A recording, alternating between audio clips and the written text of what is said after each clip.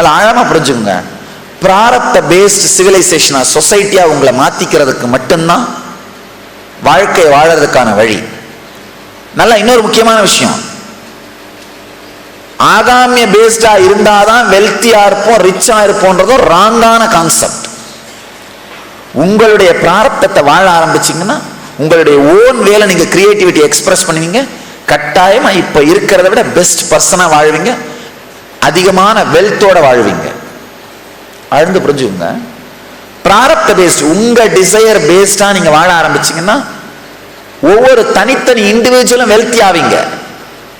ஆனா சிவிலைசேஷனை லீட் பண்றவங்களுக்கு அது தேவையில்லை. அவங்களுடைய தேவை நீங்க வெல்த்தி ஆவறதில்லை, அவங்க வெல்த்தி ஆவறது. அதனாலதான் என்ன ஆகுதுன்னா ஆகாமியம் பேஸ்ட் சிவிலைசேஷனா உங்களை டிரைவ் பண்ணிட்டு இருக்காங்க. நான் சொல்ற சத்தியங்களை ஆழ்ந்து உள்வாங்கினீங்கன்னா எப்படிலாம் நீங்க வஞ்சிக்கப்படுறீர்கள்னு புரியும். லைஃப் கரன்சி ஈக்குவல் கிடையாது. லைஃப் நீங்க என்ன வாழணும்னு நினைச்சீங்களோ அதுக்கு ஈக்குவல். அதனால முதல்ல செய்ய வேண்டியது உங்களுடைய பிராரப்தத்தை ஆழ்ந்து பார்த்து உங்களுடைய பிராரப்தத்தை வாழ துவங்குங்கள். ஆகாமியம் தானா விட்டு போயிடும், ஆகாமியம் தானா விட்டு போயிடும். நல்லா ஆழ்ந்து புரிஞ்சுக்குங்க. தமிழ்ல ஒரு பழமொழி இருக்கு, விளக்கெண்ணெயை தடவிட்டு வெறுமண்ணில் புரண்டாலும் ஒட்டுறதுதான் ஒட்டுன்னு.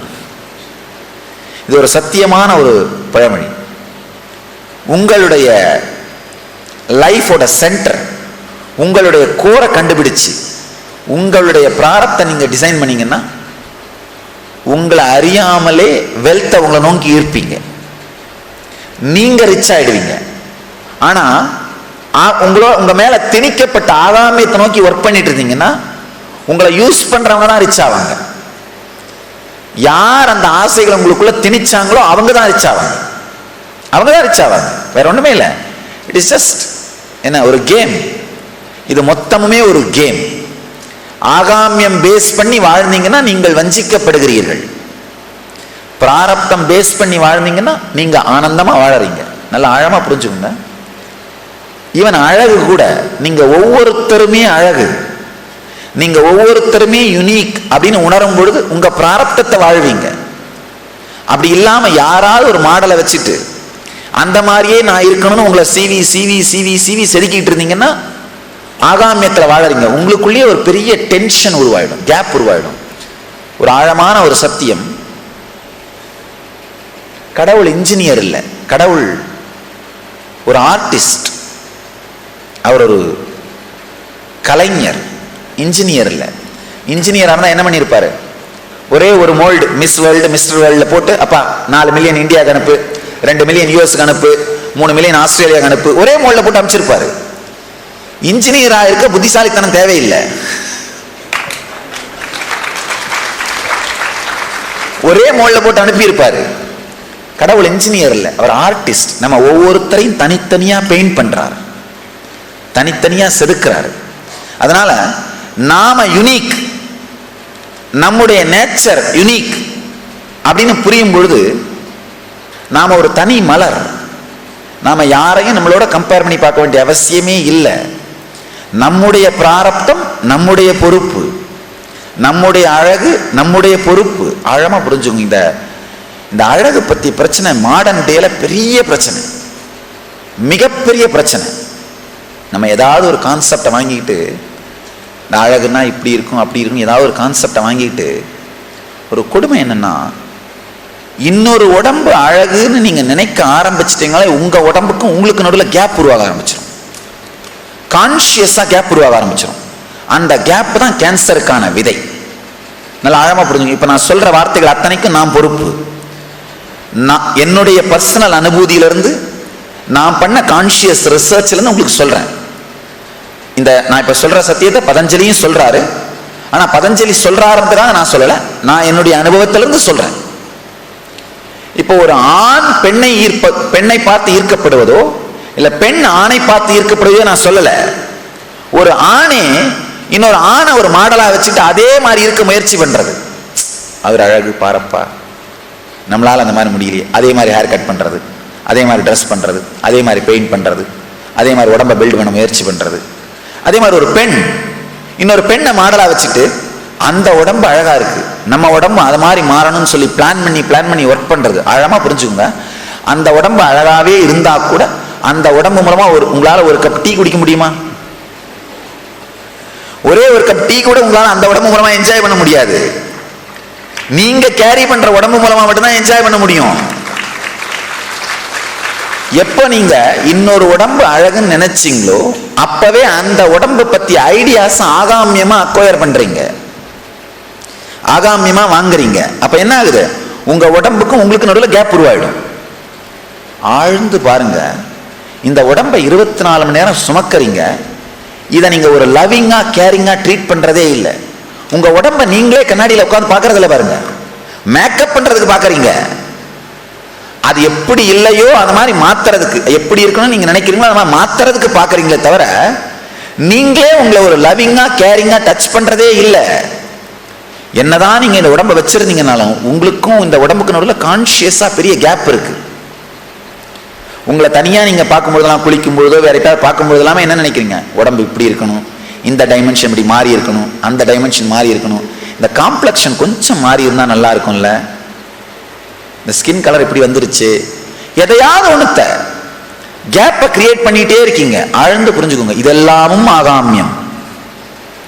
ஆழ்ந்து உள்ள பார்த்தீங்கன்னா உங்களுக்கும் உங்க உடம்புக்கு நடுவில் நீங்க கிரியேட் பண்ற கேப் தான் பல்வேறு வியாதிகளுக்கான அடிப்படையான காரணம். நல்லா புரிஞ்சுக்கோங்க, நீங்க அசிங்கம்னு சொல்றதுக்கு யாருக்குமே ரைட்ஸ் இல்லை. அவங்கள அழகுன்னு யார் வேணா சொல்லிக்கலாம், ஆனா நீங்க அசிங்கம் சொல்றதுக்கு யாருக்குமே ரைட்ஸ் இல்லை.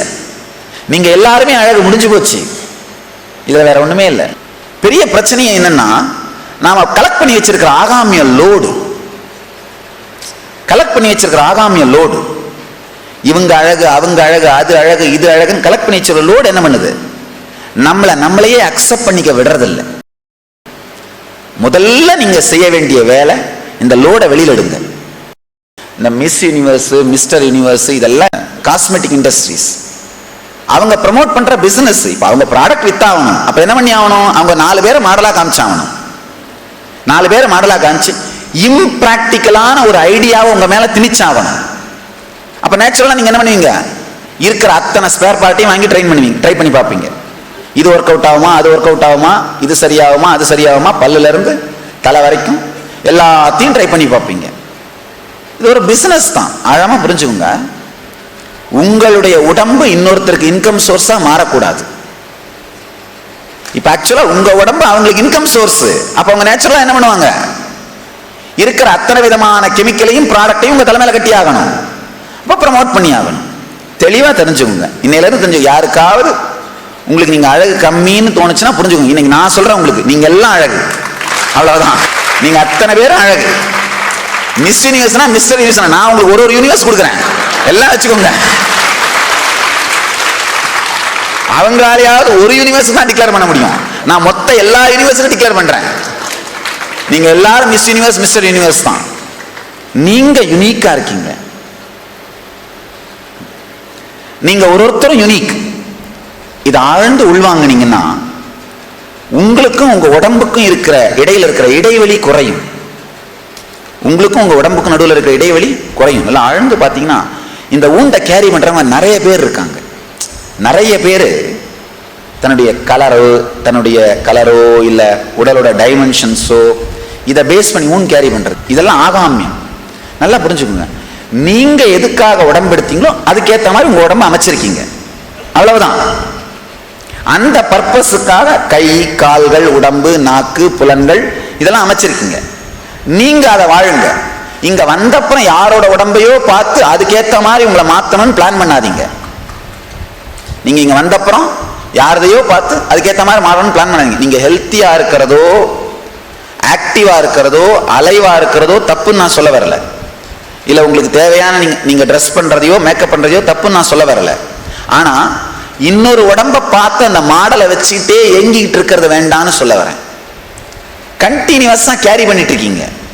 எல்லாரும் பார்த்தோம்னா ஒரு 4-5 மாடல்ஸை ஒன்னா சேர்த்து அதை ஒரு மிக்சர் மாதிரி போட்டு நமக்குள்ள கேரி பண்ணிட்டு போறது. இப்படி ஆகணும் அப்படி ஆகணும். ஆக்சுவலா நல்லா புரிஞ்சுங்க, பியூட்டிக்கும் கிரேஸுக்கும் வித்தியாசம் இருக்கு. பியூட்டிங்கிறது என்னன்னா டைமென்ஷன் மாறி போகும். அதிகபட்சமா 5-6 வருஷம் மாறி போயிடும். டைமென்ஷன் பேஸ் தான் பியூட்டி. கிரேஸ்ங்கிறது உங்களை நீங்க கம்ப்ளீட்டா அக்செப்ட் பண்ணிக்கும் போது நீங்க ரேடியேட் பண்ற எனர்ஜி. கம்ப்ளீட்டா உங்களை நீங்க ஏத்துக்கும் பொழுது கிரேஸ்ங்கிறது பிராரப்தத்தை அடிப்படையாக வைத்தது, மாறாதது. டைமென்ஷன் அடிப்படையாக வச்சு கிடையாது, மாறாதது. கிரேஸ் இருந்ததுன்னா பெரிய கான்ஃபிடன்ஸ் இருக்கும் உங்களுக்கு. உங்களுடைய நடை உடை பாவனை அத்தனையும் ரேடியேட் பண்ணுது, கான்ஃபிடன்ஸ் ரேடியேட் பண்ணும். ஆனால் இந்த பியூட்டி கான்செப்ட் இருக்கு பாருங்க, 1000 பேர் உங்களை பியூட்டிஃபுல்னு அக்செப்ட் பண்ணிக்கிட்டா கூட இன்னொரு 100 பேர் அக்செப்ட் பண்ணிக்காம இருக்கானேன்ற கவலையே தான் வாழ்ந்துட்டு இருப்பீங்க. அதான் பிரச்சனை. ஒருவேளை நீங்க மிஸ் இந்தியாவா மாறினீங்கன்னாலும் என்ன பண்ணுவீங்க, மிஸ் யூனிவர்ஸா மாறலையே. மிஸ் யூனிவர்ஸா மாறினாலும் என்ன பண்ணுவீங்க, ஒரு டீம் ஆஃப் த ஜட்ஜ் தான் உங்களை ஒத்துக்கிட்டாங்க, இன்னொரு டீம் உங்களை ஒத்துக்கலையே. ஏன்னா ஒரு 50 ஜட்ஜ் உட்காந்துருக்காங்கன்னா ஒரு 40 ஜட்ஜ் தான் உங்களுக்கு ஓட் பண்ணியிருப்பாங்க. அந்த 10 ஜட்ஜ் ஒத்துக்கலையே, துக்கத்திலே தான் இருப்பீங்க. ஆழமா புரிஞ்சுங்க. டைமென்ஷனை பேஸ் பண்ணி இருக்கிறத பியூட்டி, அக்செப்டன்ஸ், உங்களை நீங்களே அக்செப்ட் பண்ணிக்கிறது, உங்களுடைய யூனிக்னஸ் அக்செப்ட் பண்ணிக்கிறத பேஸ் பண்ணி இருக்கிறது கிரேஸ். கிரேஸ் நிரந்தரமா நிற்கும், நிரந்தரமா நமக்குள்ள இருக்கும். ஆகாமியத்தை அடிப்படையாக வைத்து சேர்த்து கொள்ளப்படுகிற கருத்துக்களை அடிப்படையாக வைத்து உங்களுக்குள் துக்கத்தை உருவாக்காதீர்கள். சேர்த்து கொள்ளுகின்ற ஆசைகளை அடிப்படையாக வைத்து உங்களுக்குள் மூடத்தனத்தை மயக்கத்தை உருவாக்காதீர்கள். ஆழ்ந்து உங்களுக்குள்ள திரும்பி பார்த்தீங்கன்னா தெரியும், இந்த பியூட்டி ஐடியாவை நீங்க உள்வாங்கினீங்கனாலே உங்களுக்கும் உங்க உடம்புக்கு நடுவில் கேப் ஏற்படுத்திடுவீங்க. உங்க உடம்பே நீங்க வெறுக்க ஆரம்பிச்சிருவீங்க. நல்லா நீங்களே ஒத்து பாருங்க, உள்ள திரும்பி பாருங்க. பல பேர் உங்க உடம்ப நீங்களே வெறுத்துட்டு இருப்பீங்க. உங்க உடம்ப வெறுத்துட்டே இருக்குது. நல்லா புரிஞ்சுங்க. நீங்க விரும்பினாலும் வெறுத்தாலும் நீங்க இந்த உடம்போட தான் வாழ்ந்தாகணும். வேற ஏதாவது பண்ண முடியுமா? வாழ்ந்தாகணும். நீங்க யாரோட, உங்களுடைய ஃபர்ஸ்ட் ஃப்ரெண்ட் இந்த உடம்பு தான். அவர் கூடயே உங்களுக்கு ஒரு பெரிய கேப் இருந்ததுன்னா, பிரச்சனை இருந்ததுன்னா, அப்ப யாரு கூட நிம்மதியா வாழ முடியும்? உங்களால யாரோடையும் நிம்மதியா வாழ முடியாது. உணவை எடுத்து சாப்பிடுற கையே அசிங்கப்பட்டுருச்சுன்னா அப்ப நீங்க எந்த உணவை தொட்டாலும் அசிங்கமா தான் உள்ள போகும். எந்த கை மூலமா உணவை எடுத்து சாப்பிடுறீங்களோ அந்த கை அசிங்கப்பட்டுருச்சுன்னா என்ன ஆகும்? நீங்க எந்த உணவை எடுத்து சாப்பிட்டாலும் அசிங்கம் தான். அந்த மாதிரி எந்த உடம்பு மூலமா நீங்க வாழறீங்களோ அந்த உடல் அசிங்கப்பட்டு விட்டால், அது அந்த உடம்புக்கும் உங்களுக்கு நடுவில் இடைவெளி ஏற்பட்டு விட்டால் உங்கள் வாழ்க்கைக்கும் உங்களுக்கும் இடையிலே மிகப்பெரிய இடைவெளி ஏற்பட்டு விடுகிறது. அதனாலதான் நேற்று சொல்லிட்டு இருந்தேன், பி பிசிக்கல், உடலுக்குள் இருங்கள். நீங்க நினைக்கலாம், என்ன சாமி ஞானிகள்லாம் உடலை ஒதுக்குங்கள்னு சொல்லுவாங்க, நீங்க என்ன மாத்தி சொல்றீங்களேன்னு. ஆழமா புரிஞ்சுக்கோங்க. உடலை ஒதுக்கிறது ஆன்மீகம் இல்ல, உடலை தாண்டி வாழ்வது. அந்த உடல் தாண்டி வாழ்றது எப்போ வரும்னா, உடலோட நீங்க கம்ப்ளீட்டா ரிலாக்ஸ்டா அட் ஈஸா இருக்கும் பொழுதுதான் உடலை தாண்டி வாழ்வீங்க. உடல் வளர்த்தேன் உயிர் வளர்த்தேனேன்னு திருமூலர் சொல்றாரு. இந்த உடம்புக்குள்ள கம்ப்ளீட்டா ரிலாக்ஸ்டா இருக்கும் பொழுதுதான் உடம்பை தாண்டியும் ரிலாக்ஸ்டா இருப்பீங்க. உடம்புக்கும் உங்களுக்கு நடுவில் கேப் இருந்ததுன்னா ஒண்ணும் பண்ண முடியாது, எதுவுமே பண்ண முடியாது. உடம்புக்கும் உங்களுக்கு நடுவில் கேப் இருந்தா நீங்க என்ன தியானம் பண்ணாலும் அது சடங்கா தான் இருக்கும். நேற்று சொல்லிட்டு இருந்தேன் இல்லையா, உடம்பு பண்ணிட்டு இருக்கோம் வேக வேகமா, மனசு என்ன பண்ணிட்டு இருக்கோம், போண்டா சாப்பிட்டு இருக்கோம். மனசு என்ன பண்ணிட்டு இருக்கோம், ஒரு ரூபா சுத்திட்டு இருக்கோம், ஒண்ணும் பண்ண முடியாது. ஆழமா புரிஞ்சுக்கோங்க. உடம்புக்குள் இருந்தீங்கன்னா திடீர்னு பாப்பீங்க உங்களுடைய எண்ண ஓட்டத்தோட வேகமே குறைஞ்சு போயிடும். ஆனந்தமா இருக்கும், ரிலாக்ஸ்டா இருக்கும், கம்ஃபர்டபுளா இருப்பீங்க. நீங்க மட்டும் இல்ல, நீங்க உடம்புக்குள்ள ரிலாக்ஸ்டா இருந்தீங்கன்னா உங்களை சுத்தி இருக்கவங்க எல்லாமே ரிலாக்ஸ்டா இருக்க ஆரம்பிச்சிருவாங்க. உங்களை சுத்தி இருக்கவங்க எல்லாமே ரொம்ப ரிலாக்ஸ்டா இருக்க ஆரம்பிச்சிருவாங்க. நீங்க முழுமையா உங்களை அக்செப்ட் பண்ணிட்டீங்கன்னா, நீங்க ரேடியேட் பண்ற கிரேஸ், நீங்க ரேடியேட் பண்ற எனர்ஜி, உங்களை சுத்தி வர்றவங்க எல்லாருமே பாத்தீங்கன்னா ரொம்ப பிளசண்டா இருக்க ஆரம்பிப்பாங்க, ரொம்ப இனிமையா இருக்க ஆரம்பிப்பாங்க. எரிச்சலோட உங்க பக்கத்துல வருவாங்க, வந்த உடனே திடீர்னு எரிச்சல் காண போயிடும். அவங்க சொல்லுவாங்க, உன்னை எத்தனை தரம் திட்டலாம்னு நான் பிளான் பண்ணிட்டு வந்தாலும் பக்கத்துல வந்தா மறந்து போயிருப்பா. இந்த ஃப்ரண்ட்ல உட்காந்து ரோ எல்லாம் பாத்தீங்கன்னா என்எஸ்பிக்காக வந்த கும்பல் கிடையாது. நான் எங்க போனாலும் அது உட்காந்து ஒரு கும்பல் இருக்கு, ஒரு 200-300 பேர் நான் பாக்குறேன். நான் என்ன ப்ரோக்ராம் எடுத்தனாலும் எங்க போனாலும் வந்து உட்காந்து ஒரு கும்பல். இப்ப நீங்க கிளாஸ் இருக்க வந்தீங்களா சொல்லுங்க பாக்கலாம்.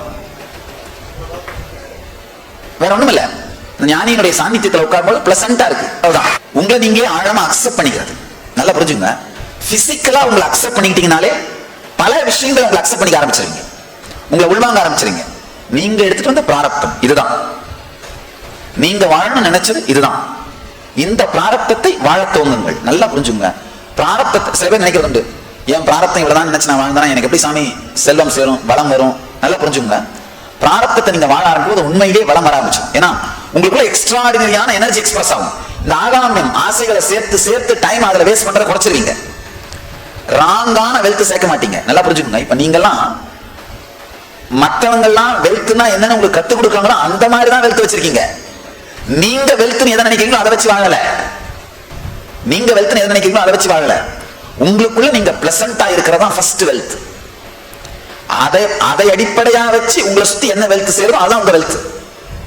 சாமி எப்பவுமே சொல்லுவேன், முதல்ல ஜீவன் முக்தரா வாழுங்க. அந்த ஜீவன் முக்தரா வாழும் பொழுது என்ன உங்களை சுத்தி சேருதோ அதையெல்லாம் வாழுங்க. அவ்வளவுதான்.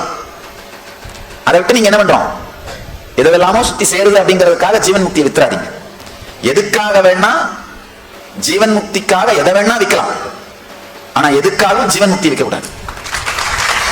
உங்களுக்குள்ள நீங்க வச்சிருக்கிற அந்த பிளசன்ட் ஃபீலிங், உங்களை நீங்களே ரெஸ்பெக்ட்ஃபுல்லா ஃபீல் பண்றது, கம்ப்ளீட்டா கனெக்டடா ஃபீல் பண்றது, இதுதான் வாழ்க்கையினுடைய முதல் சத்தியம்.